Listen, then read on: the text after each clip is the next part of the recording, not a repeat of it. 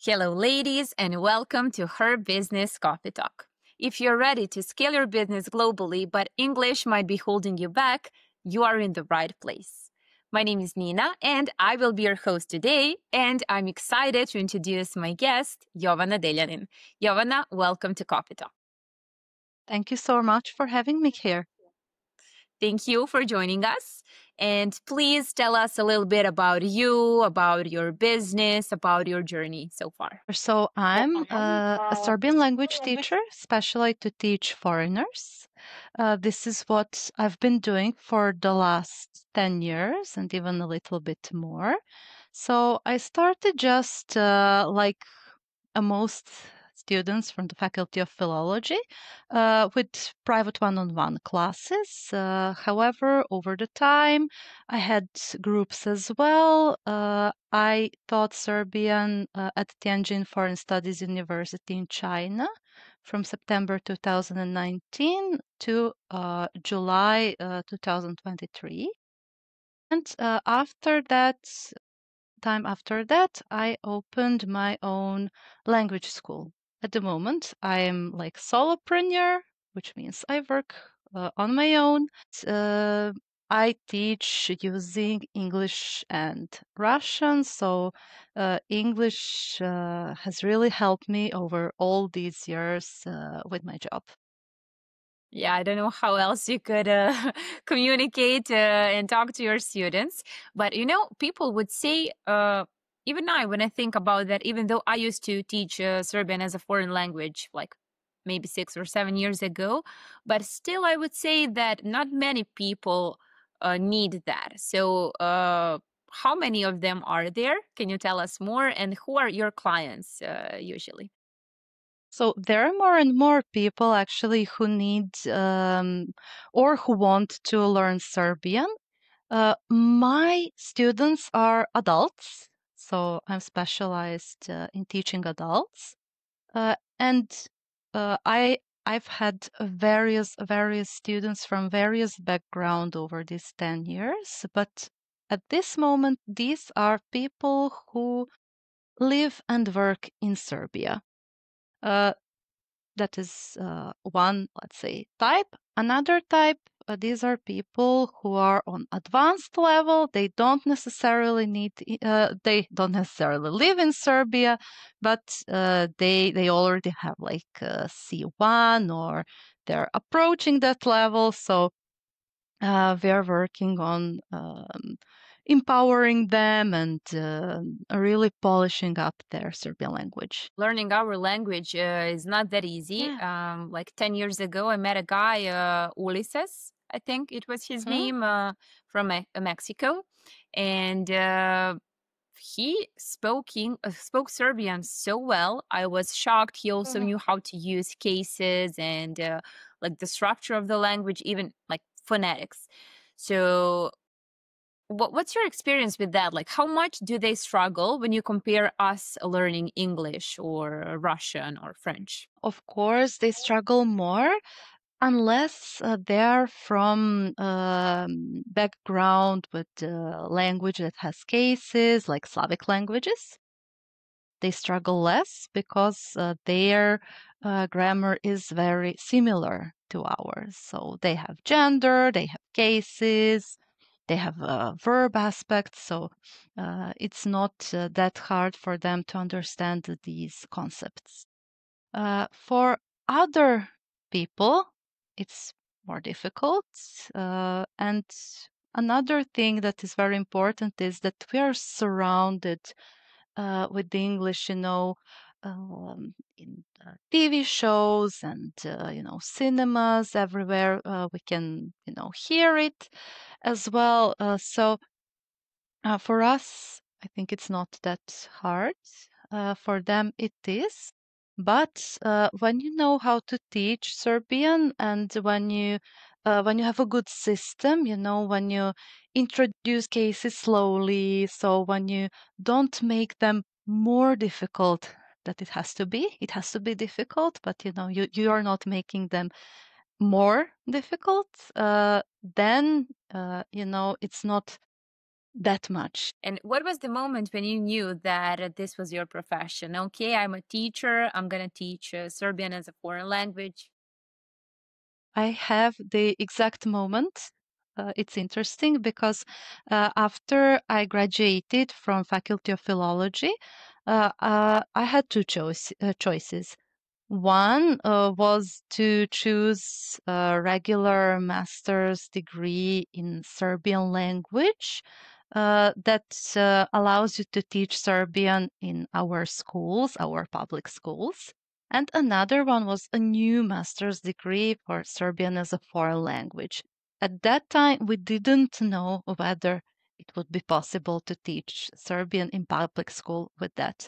However, when I was thinking about my future, I knew that I want to teach Serbian as a foreign language. So I kind of risked, and over the years, it paid off in every possible way. Okay, so you have your moment. And as I can see, you Yeah, didn't regret it, like this choice. I don't regret it.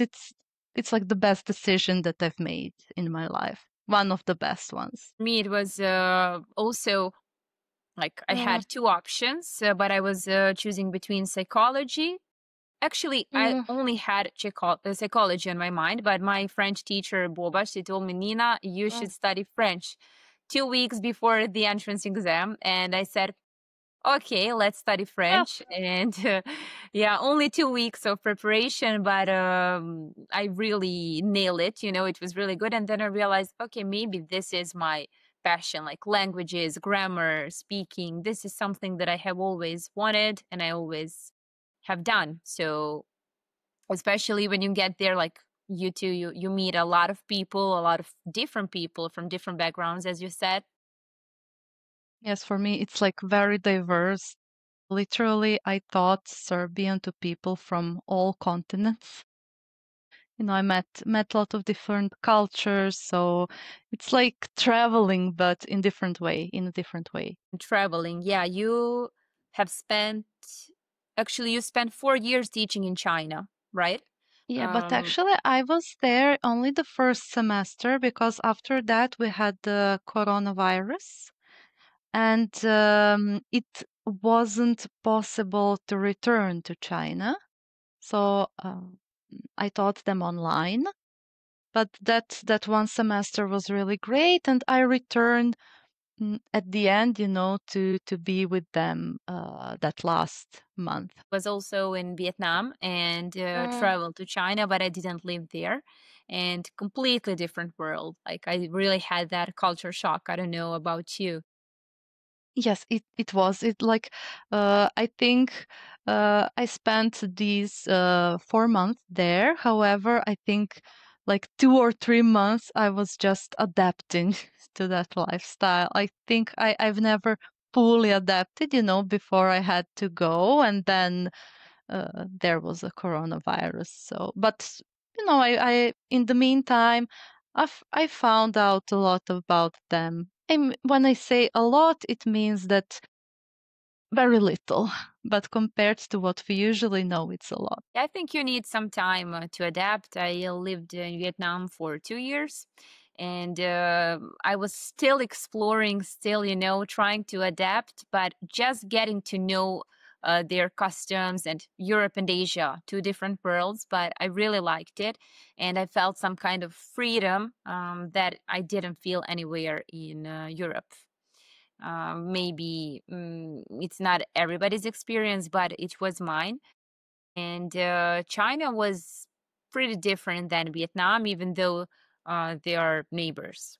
I don't know about Vietnam. I visited Bali, but it was just a touristic trip, and of course, it's very different. Although it's South Asia, but from Beijing to Bali, you should travel, 8 hours. It takes you 8 hours on plane. So these are really huge distances. And China, it's like the world on their own. So they have like it's like the parallel universe for me, and I think it's great, to meet some different way of lifestyle. Especially eye-opening, and Mm. when you go somewhere far away, like, you realize that you actually know nothing. And even though we can see everything online, it's completely different to feel it when you go there personally and physically. You really should go there in order to experience that. And let's get back to business. So Hmm. you are on your own, solopreneur. Yes.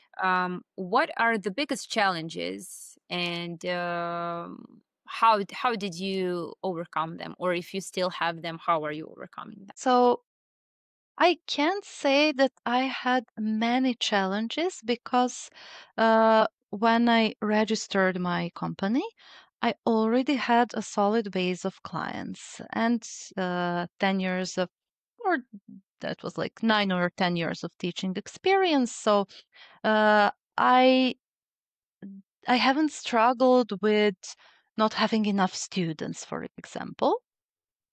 Uh, However, no, I can't say that taxes and administration are um, like overwhelming. It is a challenge, but you have ways to find out some information and to hire someone to help you when you need it. So for me, the biggest struggle is when I think about future, like how I want to develop. So do I want to continue working on my own, or I want to develop a school, with teachers and a qualified team. The biggest things that occupy me now are related to my future. Huh? And do you have a vision? Like, or you still haven't decided where you want to go, what direction? Yeah, I haven't decided yet. It's something I'm thinking about. I've been thinking about, for the last 6 months or even more. I will have to decide soon. I mean, for some period of time. But I'm still thinking because hiring someone in Serbia, like having one or two employees, it seems really risky because of all additional taxes that you have to pay. Yes. It's not an easy way and a path to take. In my experience, like, it can bring you a lot of trouble, if you don't do marketing or sales well, or if you don't have that system that will, like, turn the wheel, so that the company can exist without you. Um, for 5 years now, I have been in this business, Coffee Talk, and yeah, a big team, a lot of obligations. And for example, when I was on my pregnancy leave and maternity leave, things were tough. I mean, my baby's 1 year old now, but still, I had a system that I don't have to work every day. But at the end of the day, all the problems, hello, CEO, please help us solve this problem. So, yeah, now when I think about it, maybe I would choose that calm way, to be a solo Mm. player, maybe with an assistant and a marketing team, with just raising prices. But I don't know, like, both ways are good. You just have to see what's in it for you and how you will feel better and calmer. Calm is like peace, to be peaceful at Yeah, the end of the day. I agree because, well, it's my personal value. So, yeah, I share that completely. Just doing it at my own pace and without a lot of stress. I still prefer being solopreneur. I mean, having my own company at the moment than working in some school, at some school, private school, for example. Mm, because it gives me more freedom.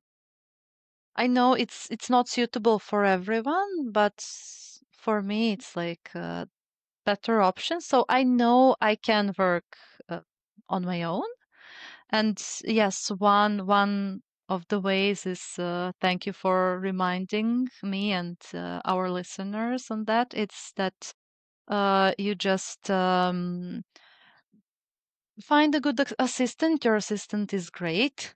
So thanks to her. Big thanks to her. And yes, to improve marketing, and maybe it is better to build the system first and then to find someone if you need. Yeah, you can start Yeah, that's building the the good system. one. Yeah, before even hiring, before hiring, you can start working in your system, like procedures and all the stuff that you know. But maybe you will delegate someday. Maybe you don't have to do the Excel part. You know, somebody else can do it, and you can focus more on marketing, attracting new clients, improving the service for your clients who are already there. Yeah, so that's something I would always do and delegate as soon as possible. Like when I did it, for me everything started to boom, you know, if I can say it like that. Yeah, yeah, And I just want to thank you for sorry, please finish. yeah. One so part of the emails I was receiving, they were from your assistant, and I was thinking like, oh, that really seems great. Like there are some things that you don't have to do personally, and you have another person who is like next to you that you can rely on. So it seems really great. Yeah, and it is. And I just wanted to say, to thank you for sharing this and how, you know, nowadays everybody's talking about huge success and how to earn, I don't know how much money. And people are getting overwhelmed, especially women, you know, with, we still have different physical needs than men. And especially when you have a I baby, agree. Yeah. like your life will change. And somehow we end up in that circle of earning and earning and working, and we don't even know why. So I would just like to remind everybody what you said, like respect your own pace, like what you want. You are not in a hurry. You will not be late anywhere. Everything will come. I don't know if you agree, but as I heard, this is your philosophy too. Yeah, this is my philosophy. So at the moment, I'm earning enough for a decent life. Maybe I can say more than a decent life. I don't make like, I don't know how many thousands of euros a month. But it covers all my needs and a little bit more.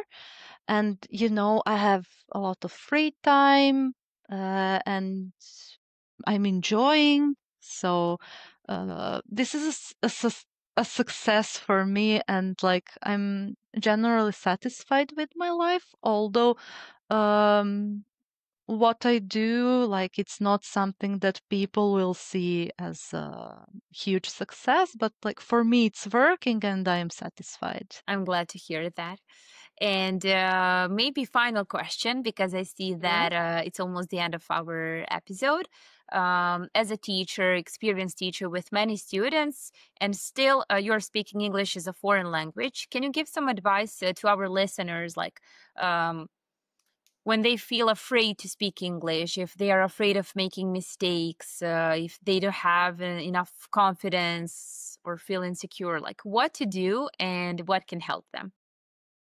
So first of all, I never had some huge problem with making mistakes, but I know that some people uh, that you know that are too afraid that they might need some extra help. However, uh, if the people are learning with a teacher, I would recommend choosing a teacher that will encourage them and be positive, and you know that will not judge them because of the mistakes they make, and outside the classroom, you know, just to try, because especially in English there are probably more people who will make mistakes than people who won't.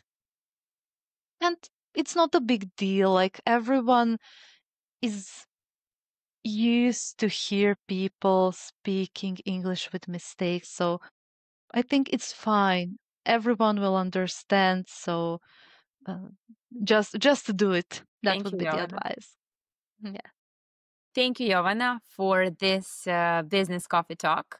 And that's it for today, ladies. I hope you enjoyed as much as I did.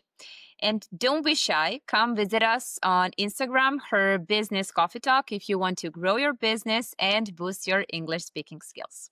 Until the next episode, let's coffee talk.